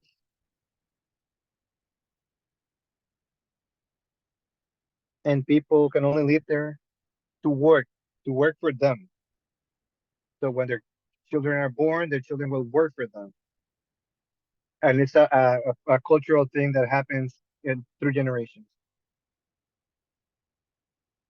And people have demanded the access to land. Unfortunately, they're being treated as criminals and even taken out of their land. And well, they're kicked out. You know, so these are sad situations that happen to us because territories have become part of institutions, and that leads to our lives and the lives of our generations, future generations. Okay, now we'll go to the last group. So you can also share with us your insights. Okay. From Asia, Indigenous women, we have discussed that the peak of the pyramid is comprised of discriminations, hatred, or violence towards a person or a group of person because of their race, origin, belonging. So we are dragging these three points like discrimination, hatred, or violence, with the like the attitude of racism, like treated worse the indigenous woman, and then being excluded.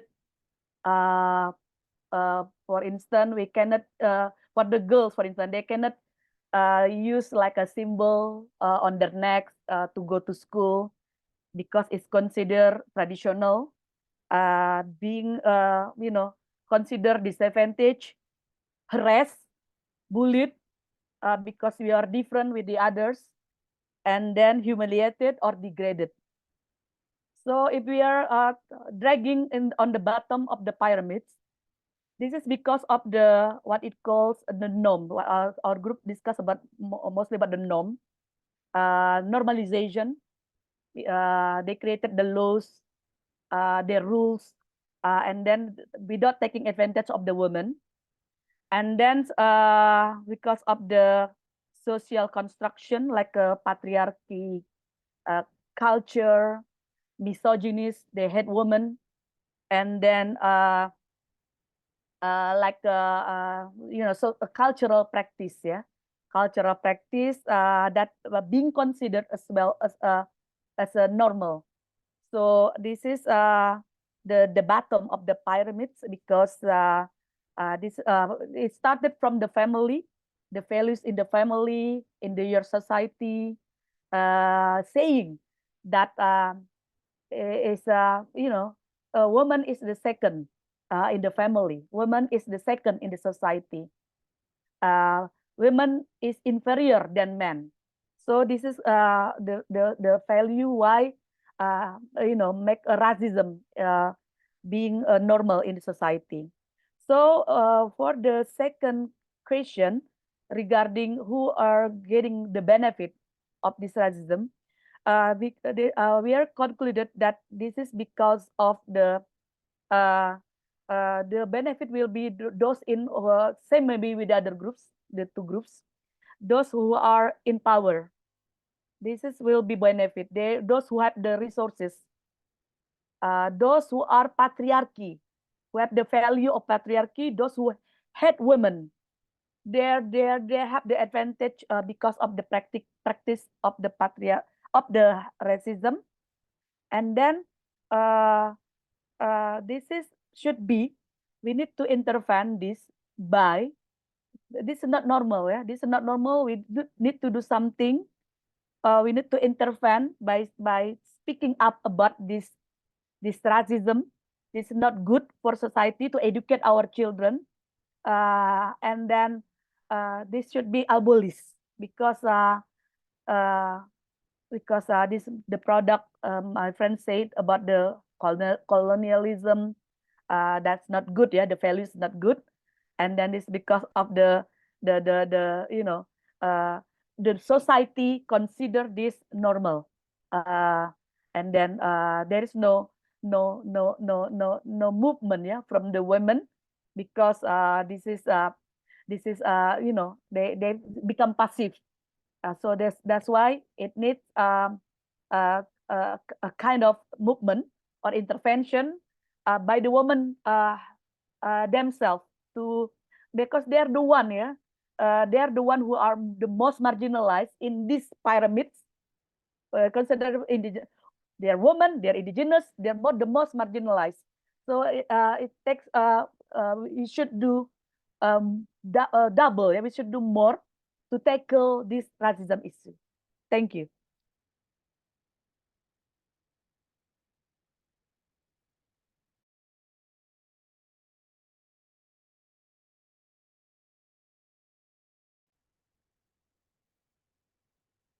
When you do about this reflection, thank you. So that we can talk about doing more, that you're able to make it loud, say it loud, find ways to change these situations. Because if not, it becomes instilled as something normal, as part of as part of our day to day, and we're losing our privilege. And also, you're going to a reflection, so things being normal and people having to speak out and create orders within their societies. So we need to be able to do these orders. We're already being included in racism, marginalized. And what you were also mentioning about in Africa, who's benefiting from this is it's always this big people, the ones who have more privilege in our society, those who have had the power over time in our societies, how are they benefiting from the societies and the land, and how you see this racism being more and more part of the society, and that it's important to name it,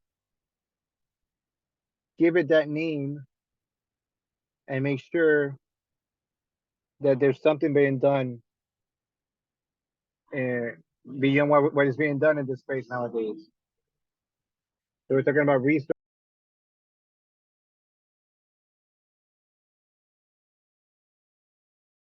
and this is kind of like the benefit of this space that we're having, you know, to be able to propose to how to eradicate this racism, find solutions between our own communities from our experience, and continue to help the communities and eliminating this situation. We're going to have a space to talk about oppression as well, and power of relationships. You mentioned the part of intersection that talks about racism and violence. And we want to share with you that when we talk about this, we talk about this oppression. And much of this has to do with the territories who will depend on a certain type of ideology. We talk about the way we think, and that we've been replicating because our race, our ethnicity, it's in another space.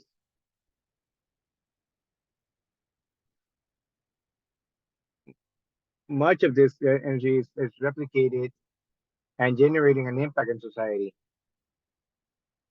Here we talk about four eyes. So we talk about the four eyes of oppression. We talk about ideology,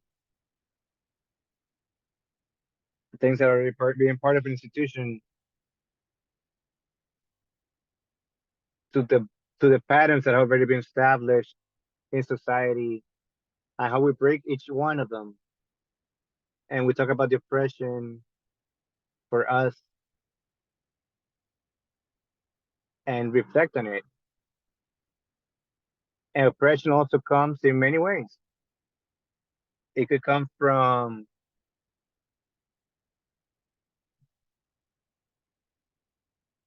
in some cases, we talked about how it becomes more internal, looking for different alternatives within our context in which we surround ourselves, and we see situations which are against us. And it becomes more and more internal in our own system so that we can then do the actions to help us get out of here. And when we talk about oppression as well, we're talking about interpersonal relationships where, unfortunately, it could be an advantage that we have as well. When we're talking about other cultures, other communities, and this oppression comes from this as well, as not only as towns, but also in the relationships we have, interpersonal relationships that we have, and sometimes it's being grown on us, and leads to oppression because of the situation that they're in. I was also mentioning when talking about oppression, we talk about the relationship of powers, and that's type of the replication that you have. Here, I show you a small comparison of how this relationship, they're already blocked by sectors, for example. So who has more power, the white people or the darker people, or indigenous people, or Afro-Caribbean people? Who has more power? It's always the white people. Who has more power? The people who are rich, the people who own lands, the people who have resources, in comparison to those who have been in poverty all the time. Because unfortunately, many of the resources that that the rich have has come because they've been taken from us, because they have taken power from us. They have taken away from us our knowledge and the possibility to get ahead, and the ability for us to talk about asking for support. And from that perspective, we have been denied,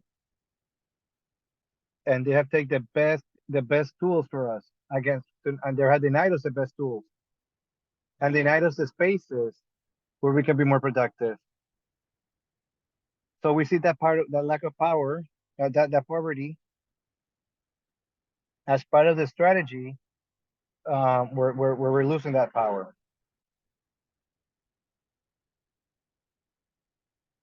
Who has more power? Men have more access to rights, more access to certain activities. Generally speaking, if the men are the one who have the power,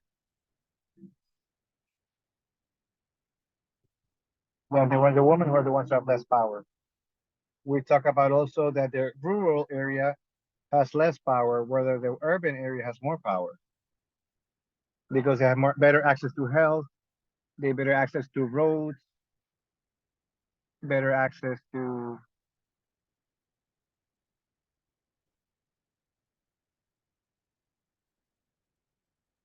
educational centers as well.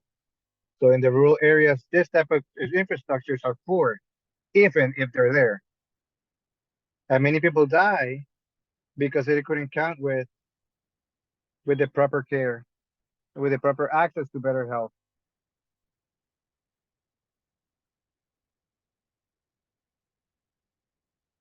Or because there isn't like a increase of the rural area, there is no right roads, rivers might overflow. And since this is part of the less power that they have because they are lacking the infrastructure and the conditions to have better conditions. And they lack the conditions. Right. In our society, we don't have broad streets. So for people with disabilities to go through, make use of spaces, or people who has cognitive issues, they don't have access to certain special treatments, and therefore it appears as if they don't have the right to things. Some days ago, I was able to read, and we're talking about how these people should not exist because they were investing resources, and those resources should be used for something else. So that refers to a discrimination or racism that lives in a space that's very different, very power,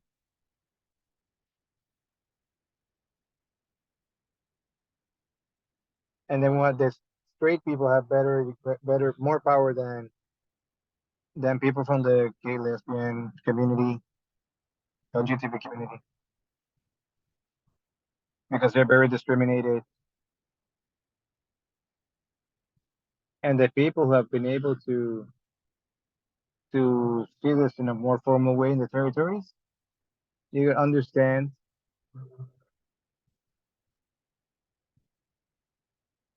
the people who has the power, the knowledge as well, is a person who has better wisdom and will probably be the ones who in our territories.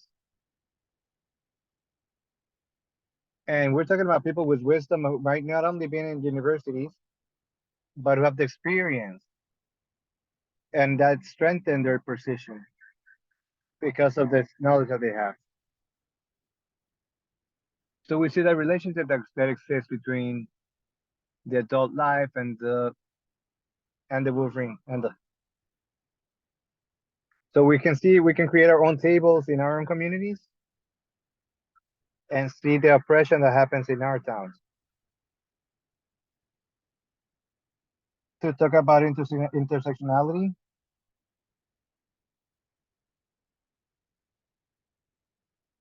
this is a term that comes from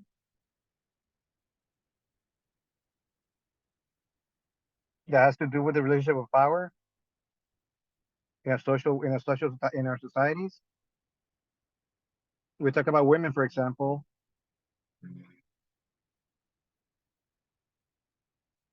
Not all women are equal. We have differences, and that's what makes us important or makes us as reference to other to see our different conditions. And then we have women, then we have black women, and then we have indigenous women, and then we start adding the different types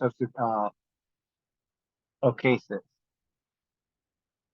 And from this coexistence, we can continue to add people.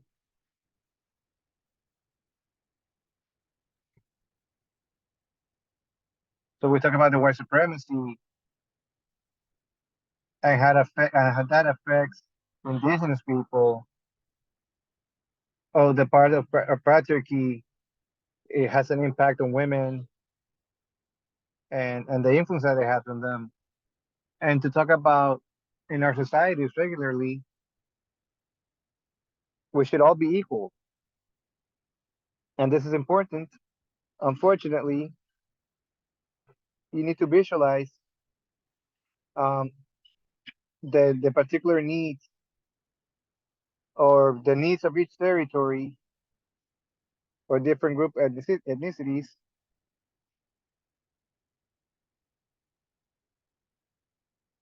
and our societies. This sub-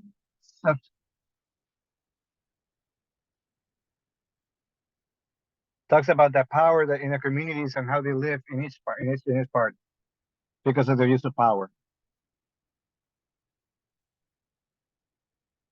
And this intersectionality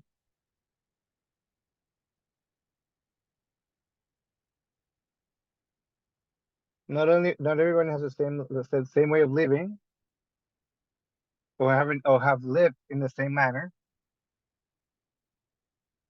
So the way they live racism is different from a black person who has a different economic status, and because of their color, they're going to be they're going to be part of racism, but they have the experience. And compared to a poor woman, so we see that from experiences, things can trickle down as well. And for indigenous women, you can have a disability.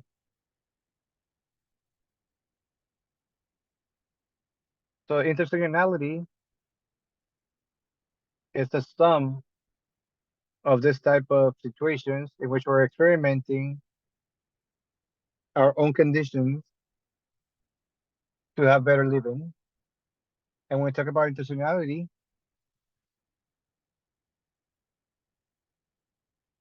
we're talking about what has already been established, and we need to visualize what are those experiences in particular.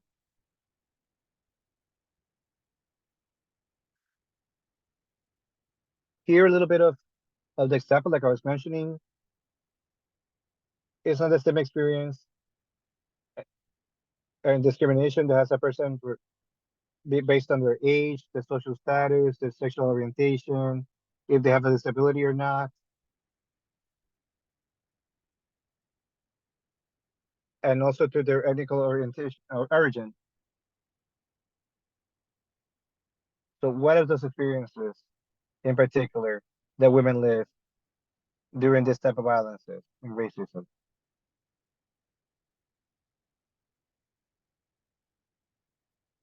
When we talk about intersectionality as well, we're referring to gender violence.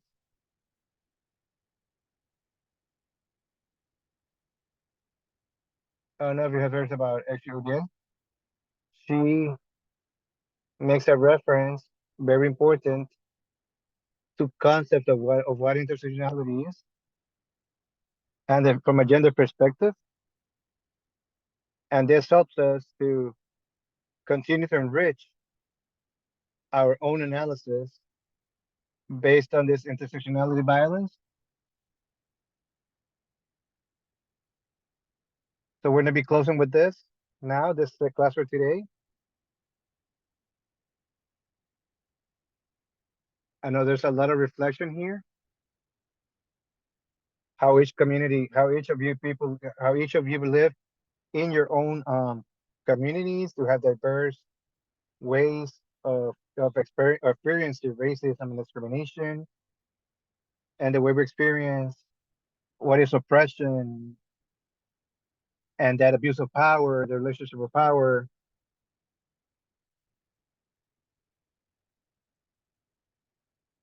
And as a reflection, we're going to leave how much this is affecting us. How much are we being part of this violence, this intersectionality violence, and how we experimented in our territories. So we leave that reflection for ourselves as well.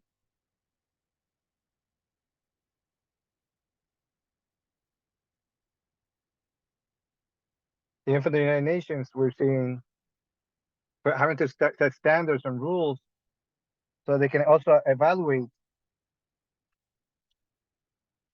this convention that they talk about, that talk about discrimination, but also we haven't implemented uh, so each one of the states